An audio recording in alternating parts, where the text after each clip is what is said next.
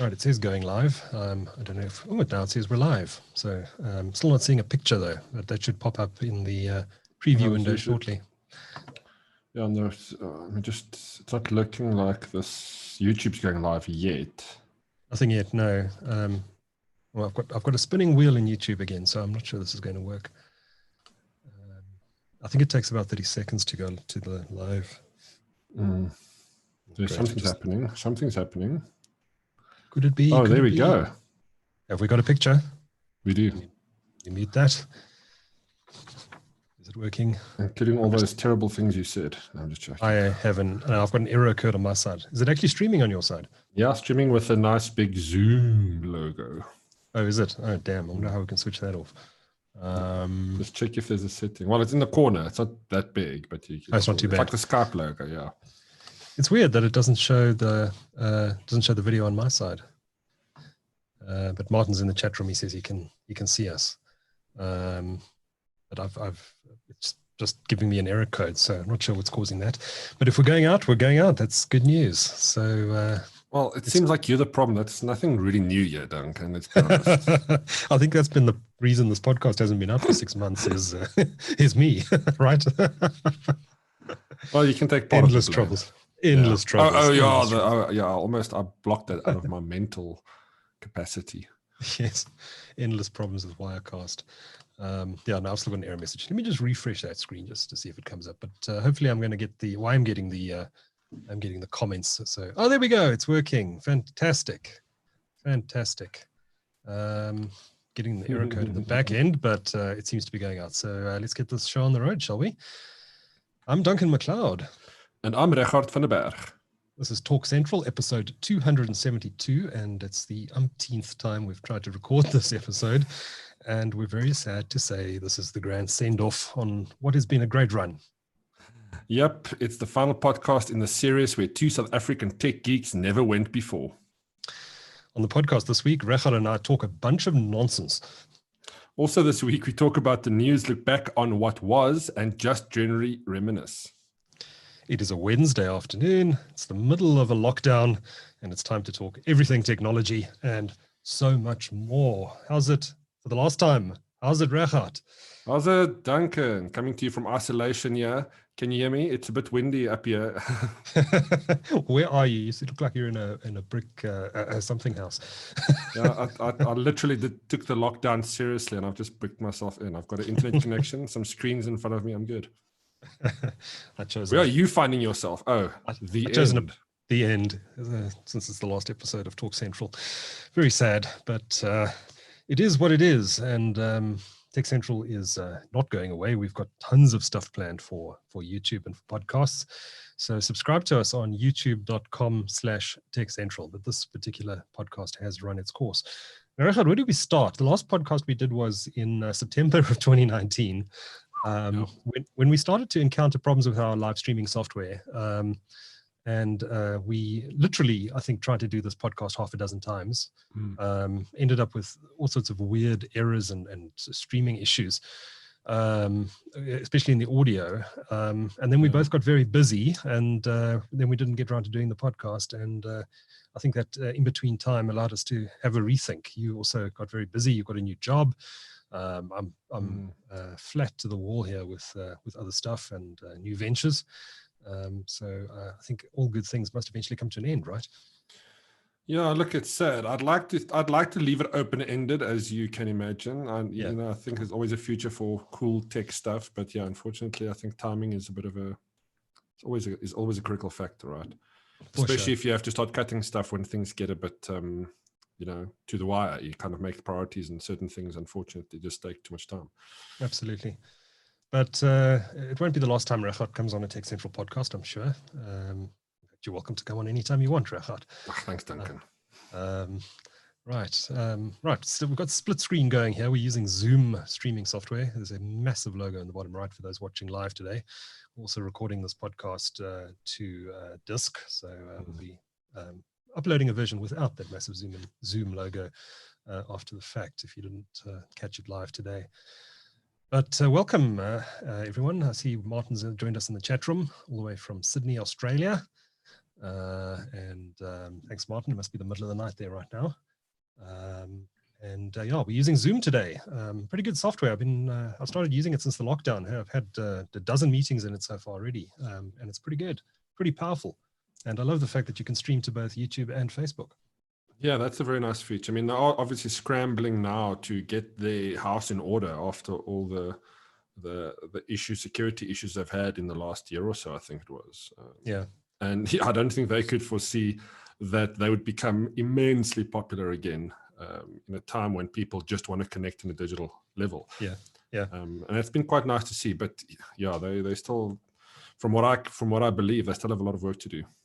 Yeah, and some of the security issues that have emerged in the last week or two are quite concerning, and they're going to have to handle it very carefully, especially if for people using Zoom for sensitive corporate information. I saw Boris Johnson the other day was using Zoom to conduct a cabinet meeting. That's before he went into ICU on, I think it was on Monday night. And yeah, you don't want to be having your sensitive cabinet meetings routed through servers in China, which is what Zoom was apparently doing. Yeah, that was a big problem. And I mean, the fact that they now have halted all development of the app and their software and just focus on security obviously means that they have a lot of work to do. But I find it quite surprising, though. I mean, how long have they been around? Why has it taken so much time to get the basics in order? I mean, the meetings for the longest time were relatively open and anybody could jump on, right? I think that. Yeah, I think it's one of these classic startup situations, building new features, growing fast, and probably not paying enough attention to privacy and security aspects of your software product. I don't really think I agree with you, but that can't be an excuse. I mean, post 2015, really, you can't really use that as an excuse. Having said that, I'm surprised Skype hasn't become more of a talking point. I mean, Skype used to be the favorite video call conferencing software. Now I know it's virtually nowhere. Nobody's using it between Google and Zoom. That's the only two people that I think people are using at the moment. Yeah, there are a couple of others which are more niche. There's Cisco WebEx and Blue Jeans. Blue Jeans is quite good. But yeah, Skype. This is a market that Skype should have cornered. But I think Microsoft has made some strategic missteps with Skype over the years. There was the big interface redesign a couple of years ago that people did not like, and I think there's confusion as well because they've kind of there's Skype for Business, which used to be Microsoft Link, and they kind of put all the premium features into there, not into the consumer version of Skype. And I don't think they've kept up. And certainly, going through the settings of Zoom, it's a lot more powerful than what Skype does these days. So it was Microsoft's market for the taking. They should have been the one that really succeeded in this coronavirus crisis, but they're not. They ceded the ground to startups like Zoom. Yeah, I think they shouldn't have spent their time and effort on trying to launch a Twitch competitor with Mixer. Yes. Yes. I think one thing that all these companies now also realizing is that the need for more than just me to you communication. I mean, obviously groups is important. And then one step above that is what can I do with this content that I'm shooting? Because it's not just about people doing meetings. It's now about people producing content, whether it's a quick broadcast of me showing exercise videos or whether I'm doing interviews. And I'm glad that we're finally seeing it, but it just feels like this should have been done a while ago. Absolutely. So, Regardt, final episode of TalkCentral. We're going to dispense with the usual features this week, so no quiz, no winner and loser of the week. Although there are a few candidates who have put up their hands, right? Especially in the last 24 hours. Our Minister of Communications now on special leave, suspended in other words, for 2 months, and a month without pay. She'd be our obvious candidate for loser of the week if we were doing that feature this week. Is that really punishment? I mean, I don't know if we're going to talk about it now, but I don't think that's punishment. No, let's talk about it. She's surely not going to be suffering, or if that's the only punishment that is going to be handed out as a result of that breach or that the breaking of the law like she did. I mean, it's a holiday, really, right? Yeah. She does lose a month's pay, but does it really matter? I don't think at that level. When you're earning 1.8 million or 2 million rand a month, or a year. But she it's an interesting one. A lot of people have said she should have been fired outright. The president should have just fired her from the cabinet. Is that too harsh? I don't know. I mean, there was a New Zealand, I think there was a New Zealand cabinet minister who was fired for doing something similar, going to walk on a beach. And he was gone. You're fired, out. Yeah, look, I mean, in an ideal world, but we know that that will never happen. There's too many favors to be paid for, too many favors and too many friendships that's still very strong. That's kind of keeping this mess together. Yeah. At least the president did something. He, you know, he had the option not to do anything or just to reprimand her and move on. But he has suspended her for 2 months. Jackson Mthembu is now going to be the acting Minister of Communications for that period. And she's been told she has to apologize publicly. Have you seen the video that she's put out? It's gone out on Twitter already. No, I haven't. She's not even looking to the camera. She's reading off a piece of paper. Oh, really? Is that on her Twitter handle? I would actually suggest you should probably watch it quickly. And, well, let me see if I can get it on the screen here. I'm going to figure out which buttons to press. Optimize screen sharing for video clip. No, I don't think that's necessary. Share. Right. Hide your tabs. There we go. Now it's twitter.com. Oopsie. Twitter.com/Stella rated, right? No idea. Well, I don't know if it went out on her account or if it, let me just check where I saw it. I think it was on the government account, wasn't it? Having a look here. No, she hasn't posted anything, so she hasn't put it out through her own Twitter handle. I think it was on the government account. Let's have a look. I don't see anything specific here. But if you find it, I think you can screen share as well from your side, Regardt. So let me stop that share and come back to this. But yeah, it's an interesting one. The fact that he's moved against her and publicly censored her and docked her pay and put her on special leave for 2 months probably is sufficient to caution other members of cabinet and other people in government from attempting something similar. Yeah, but let's be honest.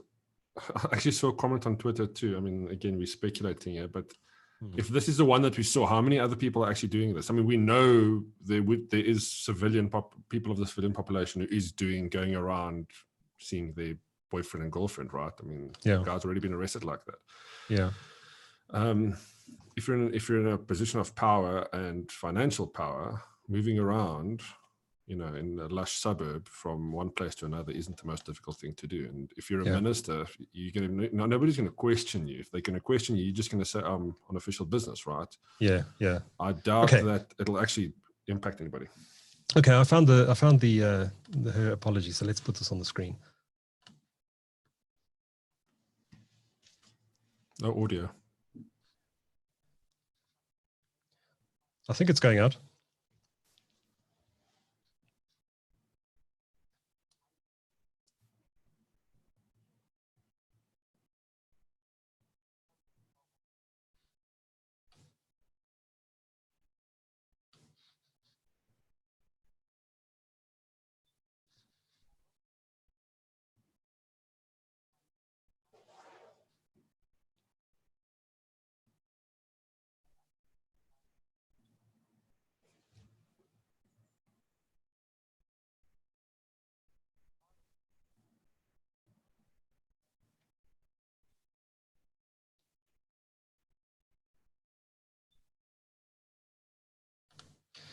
Oh, she doesn't look happy, does she? The audio wasn't going through your side, was it, Regardt?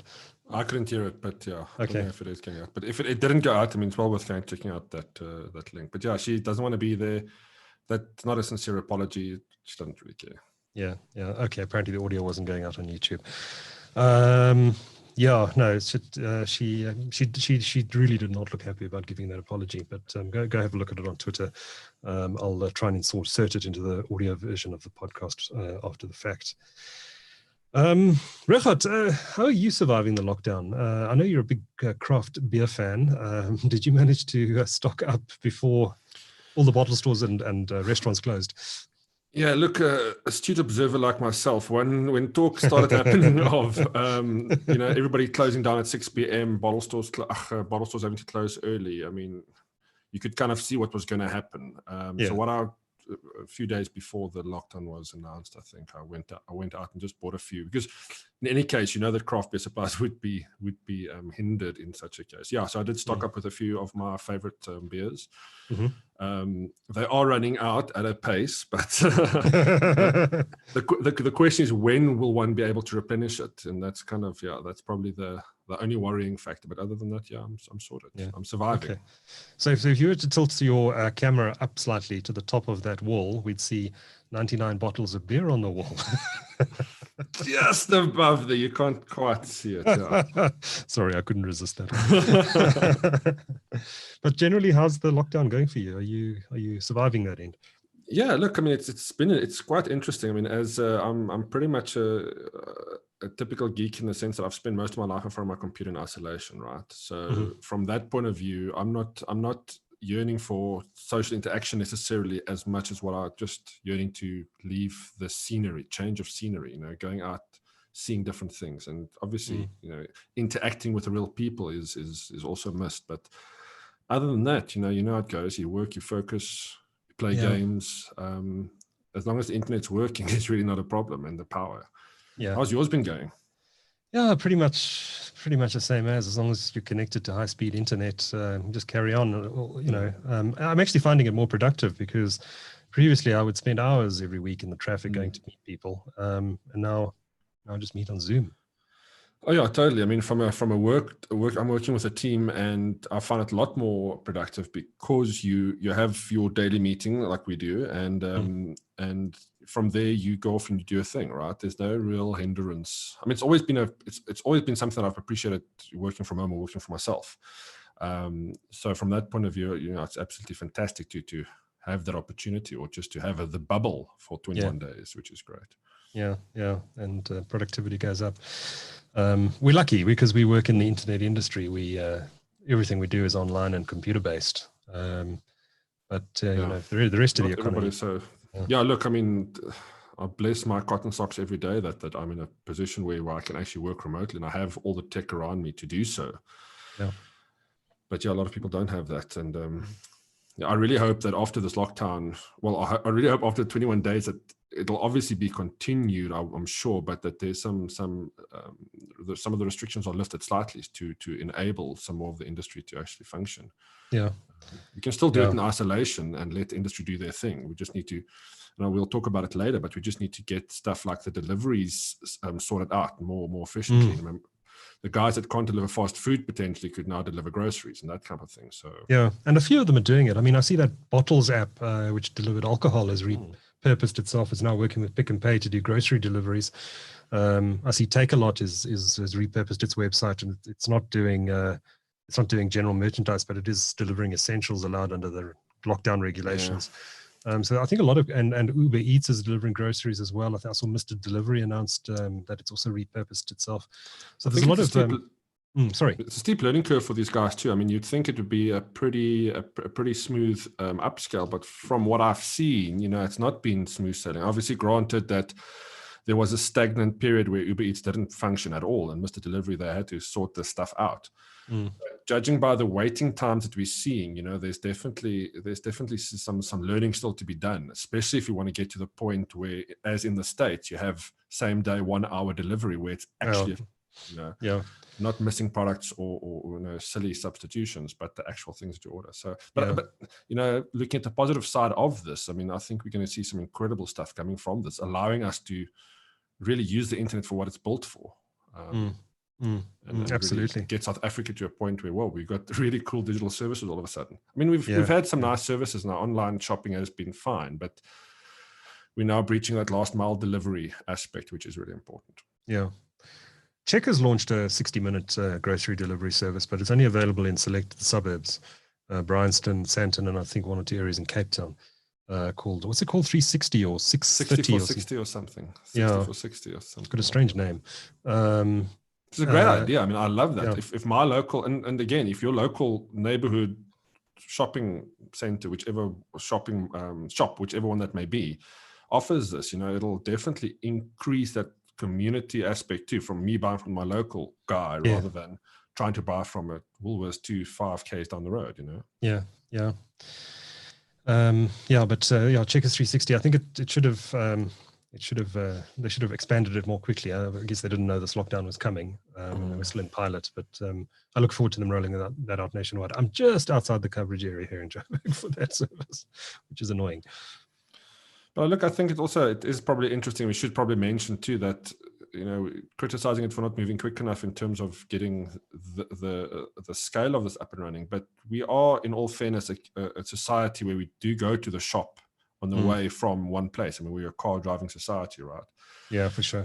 I wonder if this is going to continue after the fact, where people get used to this type of, I don't often order my groceries like that, but the next shop I'm going to do now, I'm definitely going to try one of these services, obviously for curiosity, to see how it works, but also just, I don't want to go out actually, I don't want to necessarily go to the shops. Yeah. Question is, are people going to actually keep on using this service? Because it's still a premium, right? You're still paying a little bit more for everything, or paying a premium on a delivery. Yeah, you do. Although I don't think there's any premium on the Checkers app during the beta phase. It's actually in-store prices and no delivery fee, but I don't know if that's workable in the longer term. Let's have a look what's happening in the chat room. Martin says, Microsoft touched Skype, so it died. Ouch. He also says, WebEx really bad. Guy who worked on WebEx started Zoom after leaving. That's true. A guy called Eric Wan, Chinese WebEx, guy. And those things also, they're fine for big corporates, I guess, but most people like us, when we set up a call, those things are too tricky to implement, with Zoom and even Google Hangouts to an extent, it's very easy to set it up. Yeah, absolutely. What else we got in the comments? No audio. Sorry about that, guys. This is the first time we are streaming live, streaming via Zoom to YouTube. So I wasn't aware that going to screen share wouldn't play the audio off the web browser. Martin wants to know, what does Regardt do for a job? Regardt, are you able to answer that on air? I don't know if people are ready to hear this. Well, I'm a digital creative, so video content, photography, design, a lot of graphic design these days. But actually, I'm residing at Tencent Africa, so I help them on PUBG Mobile. So all the cool online gaming stuff we do, that's kind of my forte. You have landed the best job because you love PUBG. And you get to look, the fact that I was a PUBG fan for long before that is cherry on top for me. But yes, I'm very, very fortunate to be able to work for them, especially at a time now when everybody is actually playing more games on their mobile phone. So it's very you must have seen a big Tencent must have seen a big jump in usage or gameplay time. There's definitely massive growth happening, for sure. Looking at the numbers that we're seeing, people are really, gaming across the board is going up, definitely, but PUBG Mobile, our game, is seeing a massive growth. And I think rightfully so. It's a fantastic game. I play it every day, and I have been playing it every day for many years. Yeah. So let's talk a bit about gaming, because a lot of people are doing it at the moment. That and watching television, streaming services. Showmax said today that they've seen a 100% growth, over 100% growth in plays of videos, so TV series, movies, etc., and an over 50% increase in unique daily users on the website. So, and I presume that would translate to Netflix and Amazon and all the others. Also, the fact that they're showing news now, I absolutely love that they've got the news channels on there. Showmax in particular, they added it. Yeah, that's great. Also, they're also free to DSTV Now customers, or even people who don't subscribe to DSTV can get them through the DSTV app, which is quite nice. Mm-hmm. Yeah, look, I think it's been a great time for any of these online entertainment services, because people are now captivated, locked in. Again, your position on where your data stands is always going to be the determining factor, right? We always have the divide between people that can consume a lot of data and those that will be using it sparingly. But the fact that we actually have all of these services is making this lockdown much easier. Imagine this happened 10 years ago, 15 years ago, before the prevalence of all these beautiful things that we have, these online entertainment systems. Yeah, would have been much more difficult. Oh yeah, it would have been. It would have been Pirate City all over, right? I think the biggest lawbreakers would have been people sharing hard drives with each other for series. But yeah, I think it's a great time for gaming. People also now realizing that gaming on your mobile phone is more than just like silly games where you're just trying to match things, or those can be fun, but like we're talking about first-person shooters or real tactical games. I mean, obviously, Call of Duty is another one that moved to mobile device, and that's also got quite a bit of a following because people from a PC-based gaming community, it's quite easy to jump. I'm not saying PC gamers will necessarily jump to mobile, but you'd be surprised at how nice the transition is if you can play anywhere. Absolutely. So apart from PUBG, what have you been playing during the lockdown? Yeah, look, I mean, it has been it has been a lot of PUBG, but I've gone back into Scum for a bit. Scum is I remember I spoke about this a few times on the podcast many years ago. Because it's kind of a slower paced game. I mean, it's improved now with a lot of additions. I mean, there's a lot more to it. So it's kind of a big open world first person shooter, but where you collect and build stuff. It's kind of like Rust in that way.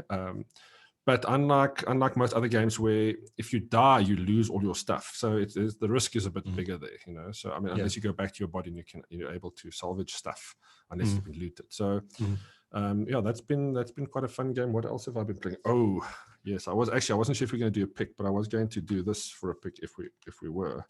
Let me just quickly switch it on. I want to show you this thing I bought. This has been my kind of evening lying in bed before I go to sleep, playing a few games. Come on, why is it not? So this is a handheld.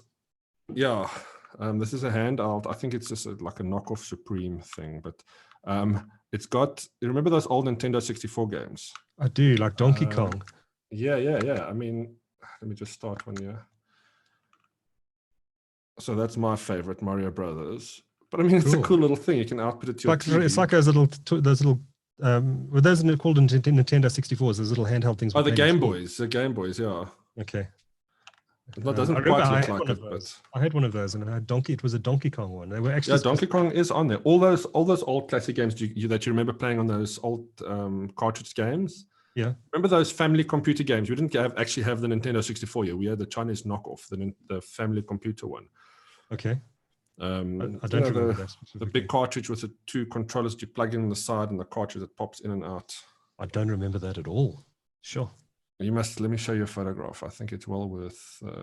I'll send you a photograph, but I'm sure a lot of our listeners would know exactly what I'm talking about. Most of us grew up with that. You can screen share from your side as well if you want to get something up on the web. Get it for long. Sure. So I've been playing a game called Disco Elysium. I don't know if you've heard of this one. No. No, it's very, very good. If you go into Metacritic and some of the review sites, it's got like 9 or 10 out of 10.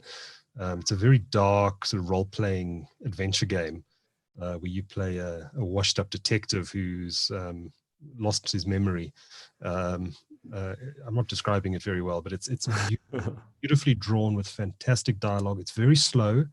A lot of reading and listening and talking to the different characters in the game and learning about what's going on in the setting. But it's brilliantly done. It's brilliantly done, and I've been thoroughly enjoying it. It won all sorts of awards.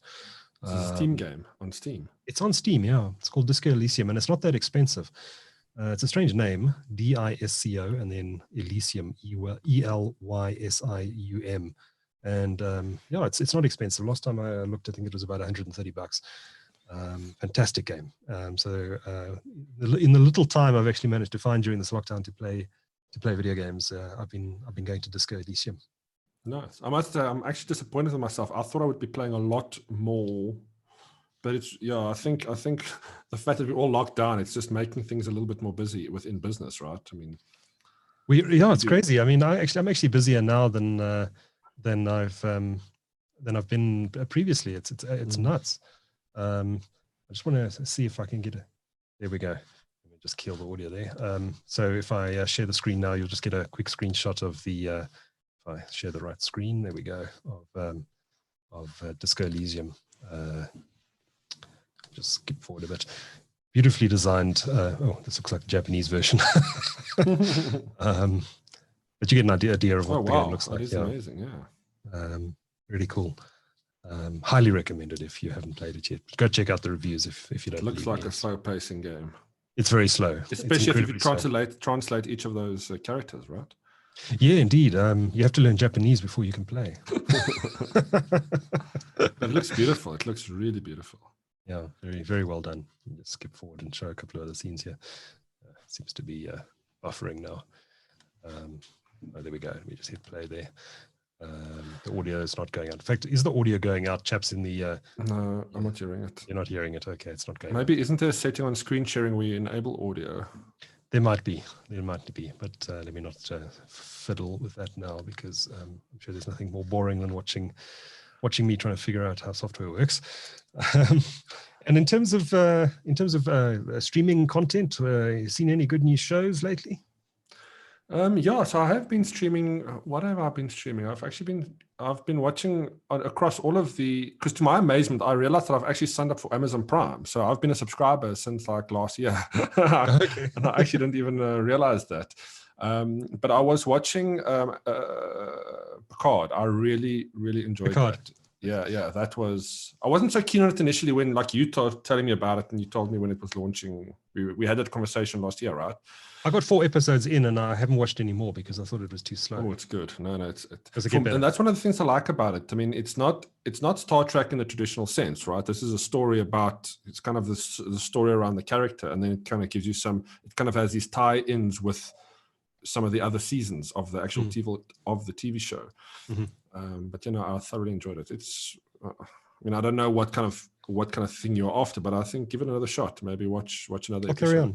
Yeah, I'll give it another chance. I have heard subsequently that it picks up pace in the second half of the season. Yeah, it's memorable. It's a good. Okay. And I'm not even. I'm not really a big Trekkie, so. Yeah. That also did put me back onto the Orville, which there was another season that I haven't watched. Oh my word! There's another season. Fantastic. Yeah. Well, there was one that I haven't seen. Okay, I think I've seen 3 seasons. Yeah, I didn't watch the third one, so I catched up to the third one. The Orville is brilliant. That was fantastic. I mean, yeah, and I'm a big fan of Family Guy too. So I often have Family Guy running in the background when I'm cooking food or whatever. That would be the thing that I put on. Because I laugh my butt off every time. Yeah. So the Orville, I just love it. The humor in the Orville just appeals to me. There was one episode. Seth MacFarlane is a genius. He's a genius, absolutely. And also his sense of humor too. The way, I don't know, what he finds funny and the pop culture references he pops in there. It's great. It's great stuff. Yeah. No, it's brilliant. There was one episode. I forget what the gag was, but it was so funny. I had to pause it, and I had tears streaming down my cheeks. It was so funny. Which I hardly ever do. But the Orville, if you haven't seen it, fantastic show. I see Martin in the chat room says, awesome show on Amazon is Tales from the Loop, 90s nostalgia sci-fi TV series. Have you seen that one? No, Tales from the Loop on Amazon Prime. Amazon, yeah. I haven't seen it either. We'll have to rectify that, Martin. You're going to have to go bookmark that now, Yeah. Anything else? I've been watching during the day that has been quite funny and ironically comforting is The Office, the American version. I've been rewatching just a few of the episodes, just put it on in the background, and it's funny. It was a great show as well. Really funny. It was a great show. It was good. Yeah. A lot of things I missed, that I didn't see in the initial one, especially if you don't focus on just having it on in the background. So The Office was absolutely nice comforter. I almost always dislike the American remakes of British TV shows, but The Office was the one exception that I've come across where the American version was actually, in my view, better than the British version. Yeah, the cringe level in some episodes is fantastic, and the humor in others is it's insane. Yeah, brilliant. I haven't had much chance to watch TV during this lockdown, but I am watching season 3 of Ozark on Netflix. I don't know if you've seen Ozark yet. I have seen the first season. That was something, I enjoyed it, but it wasn't memorable. I couldn't remember much of it. So I'm hesitant to get back to it. But you enjoy it.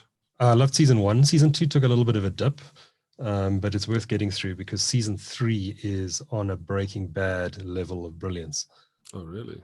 Interesting. Very good. Very, very good. So it's got a good cast. What's the main character? I forget the name of the actor. But he also directed. Fantastic actor. Yeah, in fact, all the actors in there are very good. His wife and there's a blonde woman who's been in all the seasons who lives in the trailer park, and she now manages the casino in season 3. I'm also not sure what her name is, but she's also a fantastic actress. They've lifted their game. They've lifted their game massively in season 3. There's a lot of stuff around. I had this conversation with somebody the other day. I remember back in the day when we was Lost, there was one show that everybody watched, Lost. Yes. It was just that. And then I can't remember what was after that, Prison Break or something. It was one or two of those like everybody watched them. And now there is, like, I was scrolling through all the services to try and find stuff to watch, and there's so many things I don't know. And then every now and then somebody would recommend something, you recognize the little thumbnail that they've got. I mean, there's a lot of good stuff out there. It's crazy time to be alive, Duncan. Yeah. Yeah, we all used to watch the same stuff because it was linear television. Yeah, true. That too. Now we don't watch on demand, so everyone's watching something else. But the sheer capacity of shows, I mean, back in the day, there wasn't, I mean, before series started, right? There wasn't, I mean, there were movies and then a few series. But the number of really good series out there. Yeah. The Marvelous Miss Maisel is another one that I watch off and on. It's about a female comedian in like the 50s or 60s, I think 50s. But it's a wonderful show. I mean, it's also funny, but it's a comedy drama. I've heard good things about it as well. Yeah, Amazon is lifting its game slowly but surely. It was kind of a poor cousin to Netflix and Showmax, but it's getting better. And they've also got Whose Line Is It Anyway now? Don't know if you remember that show. I do. Yeah, that is hilarious. Not the old ones, from what I could see. It was only the newer ones with different. Not with Drew Carey as the host. Okay. I'm just going to dive in there. I've got a subscription. I never fire it up though. I kind of default to Netflix with a little bit of Showmax. Yeah, I used to be like that, but Amazon, their movies is not so strong. Like they have a lot of Bollywood movies, but the series, they've got a lot of good series on there. Yeah. There's not a lot of great movies anymore. The TV shows are actually better because I think that's where all the investment is going. So, I mean, I look at the Ster-Kinekor or New Metro listings from time to time, and I think, well, actually, I don't want to watch any of that. I'd rather watch Netflix. And what a tough time they're going through now, right? I mean, and I think they're going to be hurt after this too, because Friday night out now in a public place, it's going to become a different thing, right? You're not going to be necessarily want to be in crowded spaces. So at home is going to win again. And we're probably going to see I know in the US, some movies that were supposed to be just launch straight to streaming services. Yeah. I'm not talking about the top A movies. I'm talking about just some of the run-of-the-mill movies. I hope we see more of that. No, you're right. I think even once the lockdown is fully lifted, it's going to change people's behavior, and cinema is going to be hit hard. I do feel sorry for people in the conferencing business too, because people aren't going to go to conferences like they used to. Yeah, I mean, the budget spent on that, so you're looking at the event companies too, is hurting. The entertainment side, the speakers, it's a big industry to have impact. And you're right, you're rightfully saying that people are realizing how easy it is just to, I mean, if musicians can do concerts from their house, I mean, obviously you don't always want to experience music like that, but with a conference, you don't want to necessarily feel the bass of the speaker talking, right? You don't necessarily want to feel the vibe of that. You just want the information. Yes. Why can't I sit in my most comfortable chair at home with a coffee in hand, as opposed to driving through? Yeah, I mean, time wasted and huge growth there's going to be huge growth in webinars and that sort of thing. I must say, we were looking at it last year.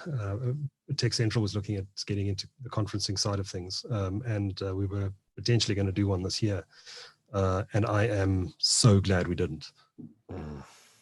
Yeah, look, anything that was planned now, we're going to be hurting for a long time as a result of this. I think the upside is things are changing, and we're just going to adapt like South Africans always do, and we'll just, make innovation happen for us. But yeah, I'm going to miss some of the old stuff, right? I think I'm going to miss some of those things. We won't know what they are until we go like, oh man, remember when we? Absolutely. Just going back to the comments, Martin says we have a streaming service in Australia called Stan, S-T-A-N, great selection of content. Who owns that, Martin? Is it owned by one of the telcos in Australia? And then he says 1917 was a fantastic movie, all shot in one take, best movie in a long time without special effects overkill. I agree. 1917 was fantastic. Have you seen it? No, I wanted to go see it. I wanted to actually go see it at the cinema because that's one of those movies. I think I saw a lot of the behind the scenes because I was fascinated by the way that they shot it. Obviously, it's amazing how they stitched together seamless parts to make it feel like you have this one shot take. And I mean they did do a lot of this, all of the action scenes. Obviously, it's like one whole take because it's brilliantly shot because the camera is just pulling out all the time or going in, and it's shot as if the whole movie is one take. Absolutely stunning filmmaking. I mean, the complexities around doing that, especially if you're changing angles and focusing on different things, you take cuts for granted as a video editor, So that's why I'm keen to see the entire thing. So it's on my list. I agree, Martin. One of the best movies in years, and I wish I'd seen it at IMAX, because that would have been special effects. I mean, I would have loved to see that on a massive screen. Oh, do you remember IMAX, Duncan? Back in the day. They're still around. They're not open right now, but they're still around. You might have some open seats next to you if you go, though. Yeah, hopefully. Or just wear a mask. Some great television out there, and I'm hoping to catch up on some more of it. I'm going to fire up Amazon tonight and have a look at what's on there. But I'm going to try out that show. What is it called again, Regardt? Which one was I talking about? I don't know. No. Which one was that? We spoke about Picard, The Office. Picard. I was thinking Picard. Oh, you want to go back to Picard? Yes.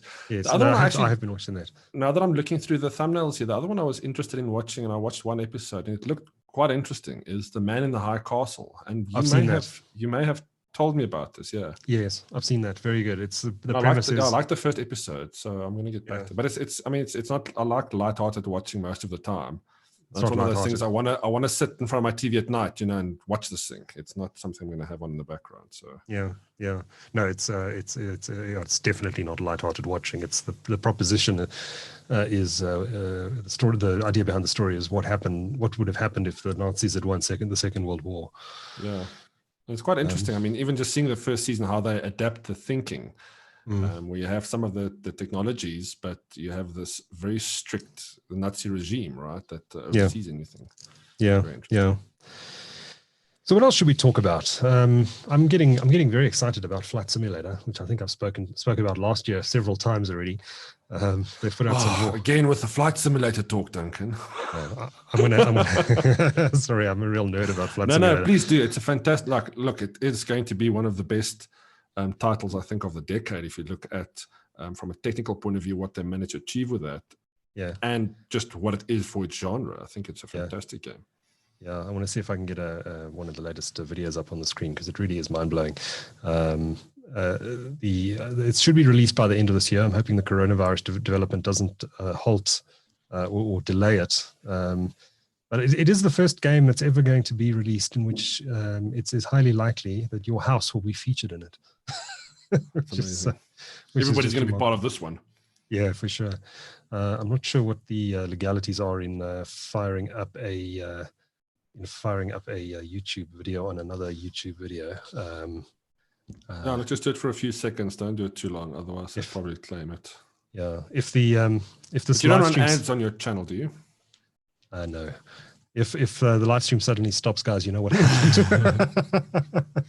I'd like to think this is fair use, right? We're commenting on the video, but I don't know. YouTube these guys very strange. Yeah. Well, let me find. Oh, this one was fantastic. This is the live stream. Let me just kill the audio so it's not deafening me. And let me see if I can make that full screen. So I should hit this button, and I should do that, and I should hit that, and it should be showing. Is it showing in full screen, Regardt? Yes. Fantastic. So let's just cut forward. No, the audio is not working. But well, your video is muted there. Do you know that? I do. Oh, okay. It's not working now. No, it's not working still.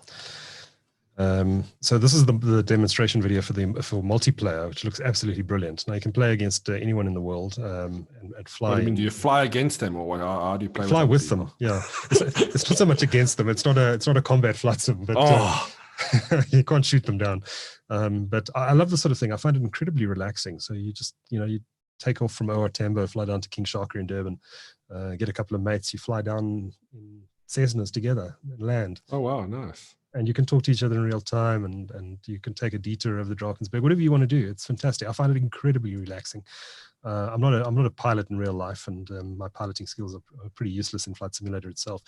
But I enjoy it thoroughly. And I'm going to get some of those. What are those devices made by Logitech? They've got a subsidiary called Cytec. Yeah, the Cytec. Yeah, they bought Cytec a few years ago, a bunch of years ago. They make something called the X56 Rhino, which is I don't think there's one on that desk there. Let me just go back and have a look. No, that's just a joystick. But fantastic devices. I'm going to invest in those, assuming the rand hasn't gone to 30 rand to the dollar by the end of the year. Look at that. That's beautiful. Look at that flying information over San Francisco. And then they've got a flying, let me just skip forward a bit because they've got a brilliant section here at the end where they're flying Boeings in formation. I think it's this here. There we go. Look at that. I think it's the A320. Oh, that's amazing. It's the A320, I think, not a Boeing. But Flight Sim nerds are going to have such fun with this game. Here we go. Look at this. Look at this. Yeah, it's the Airbus A320. Nice. Flying in formation. I mean, so apart from the visual aspect, which is vastly improved, and I'm sure the in-game mechanics of piloting these aircraft is also massively improved. But what else is coming to the game that's going to make a person go, freaking hell, I need to get this? I think it's well, we haven't seen the final game yet, but they are working at developing it in conjunction with pilots. So I think that it's going to be pretty damn accurate. They've got right down to the level of sorry, I lost my train of thought because I was trying to read the comments. I mean, in terms of like, they're obviously going to have more planes and stuff there, as they would normally with each pack. But I mean, would there be anything else? Like, is it still going to be straight up just flying with people, flying more aircraft? It's flying, yeah. There'll obviously be a whole bunch of aircraft in the base pack that you get with the game. I believe the Airbus A380 is going to be in there. So I look forward to trying that out. Certainly it's been in the demo videos. You've seen it in the distance, so we haven't seen one actually from the cockpit as far as I can recall. But they're also opening up the game to third-party developers to develop airports, to the usual stuff like scenery packs and aircraft developers. So like they've done in previous versions of Flight Simulator, and those will be for sale, or I think mostly for sale as separate add-ons, which is cool. It allows the community to continue to develop the game like they did with FXX, which was released about 15 years ago now, I think. And how big is the game going to be? Like 700 gigabytes or something silly? Regardt, are you sitting down? I can see you sitting down. 2 petabytes. Holy cannoli, that's crazy. That's 2,000 terabytes. How do you, yeah, I mean, but you don't install everything on your machine, right? It's going to be cloud. Some of it's going to run off the cloud. Most of it will run off the cloud. It's going to be served from the Microsoft Azure data centers.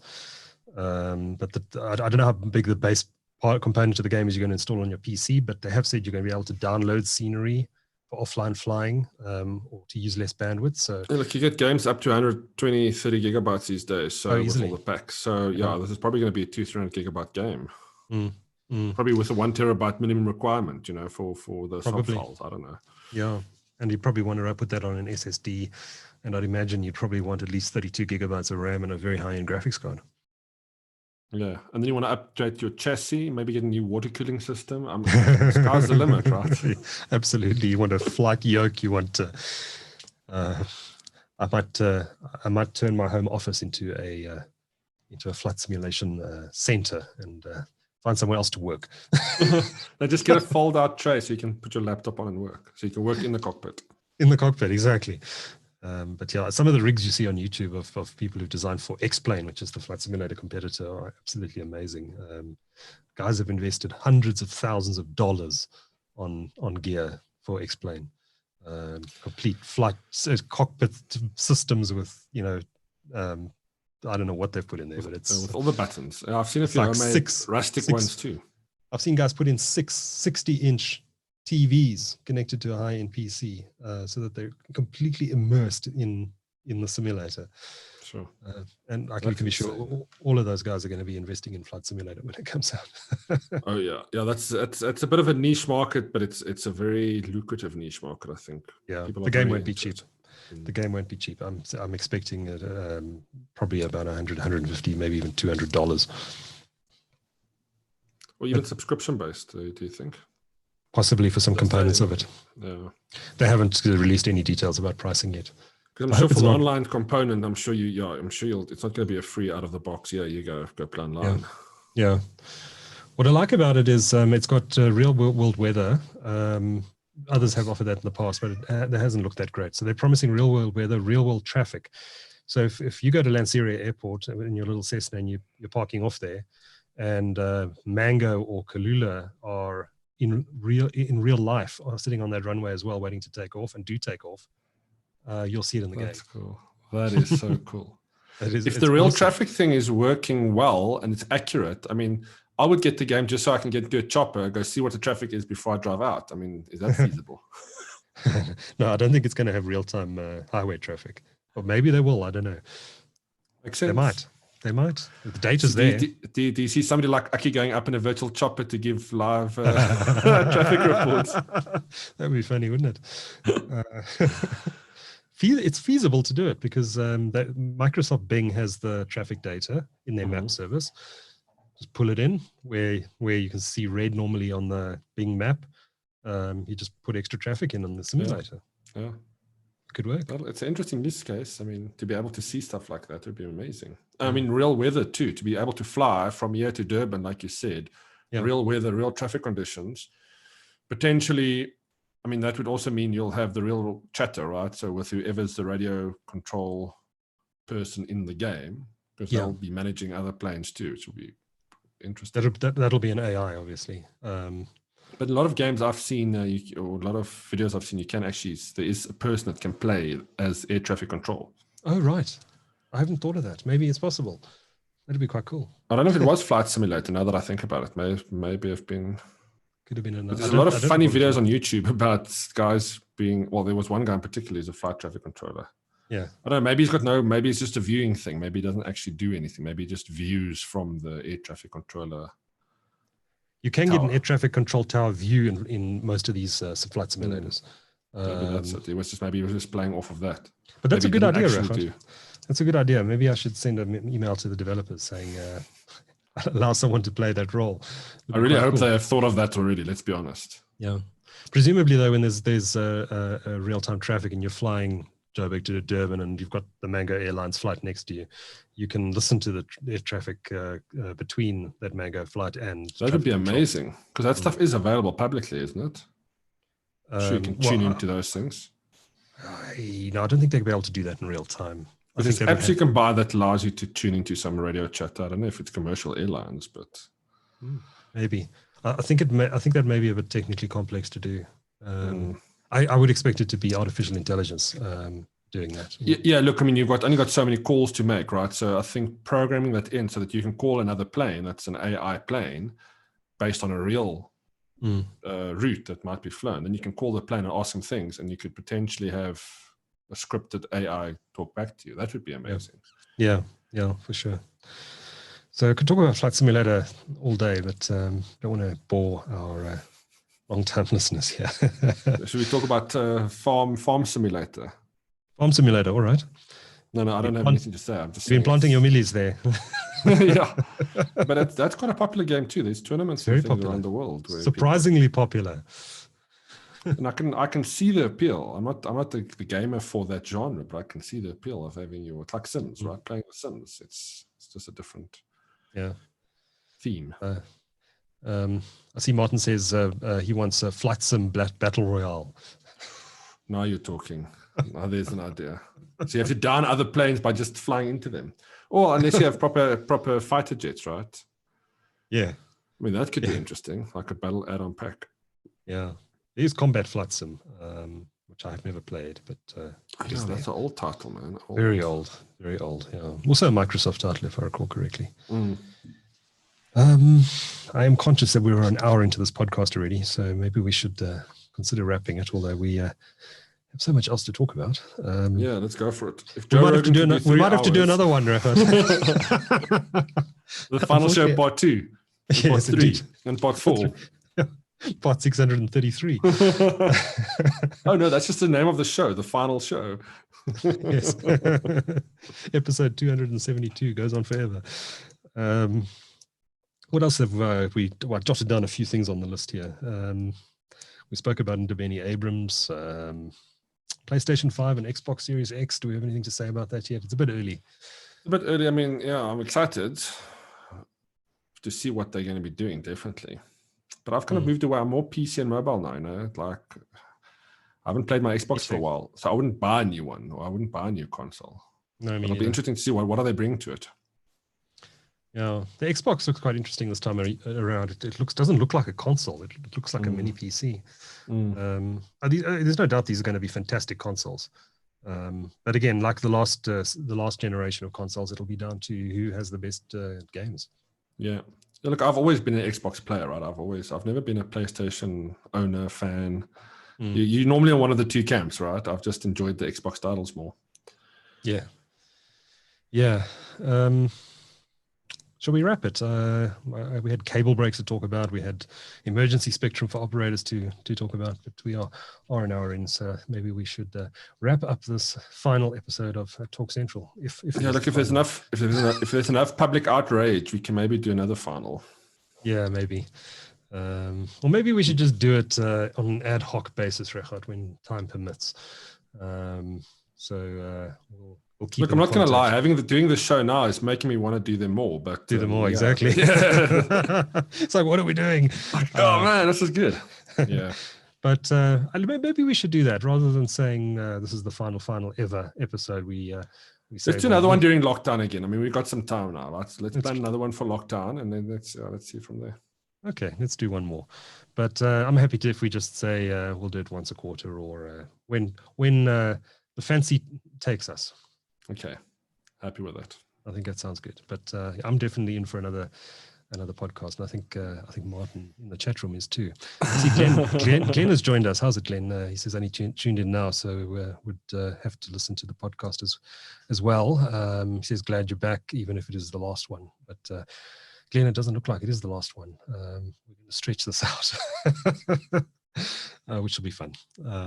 Martin says, don't go. Martin, it must be your bedtime. It's late in Australia. And Mornay says, what does that final mean? Missed that in the beginning. Martin, Mornay, it means the final episode of TalkCentral ever.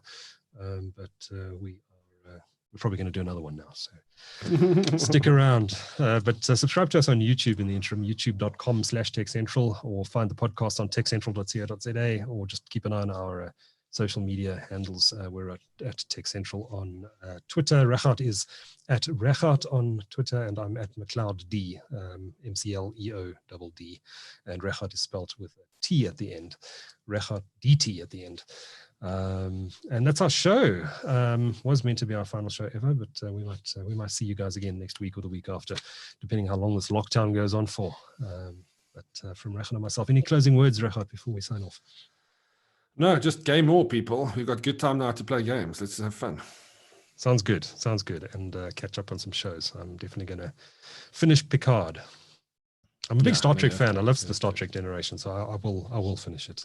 After watching Picard, I actually went back to some of the old Star Trek series on Netflix, and they're actually quite good. They dated, but they're not bad. I mean, I was watching TNG. I was watching TNG again on Netflix. It was a really good show. Yeah. The only thing that bugs me is that 4:3 format. Yeah. It's like, did we really watch TV in that strange square format? That's crazy. That's insane. Yeah. Look where we are now. Yeah. Indeed. Broadcasting in 1080p. Yeah. I think actually we're in 720. 720p, yeah. I think. But we're capturing 4K, technically speaking, if we're recording. Yeah, absolutely.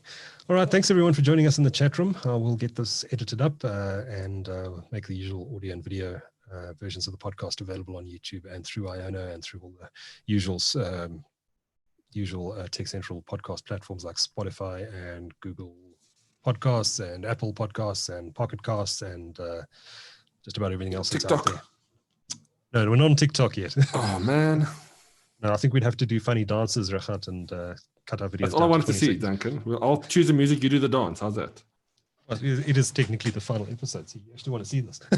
No, please. Let's not ruin any potential chance of coming back. That's true. We're going to break the internet if I do that.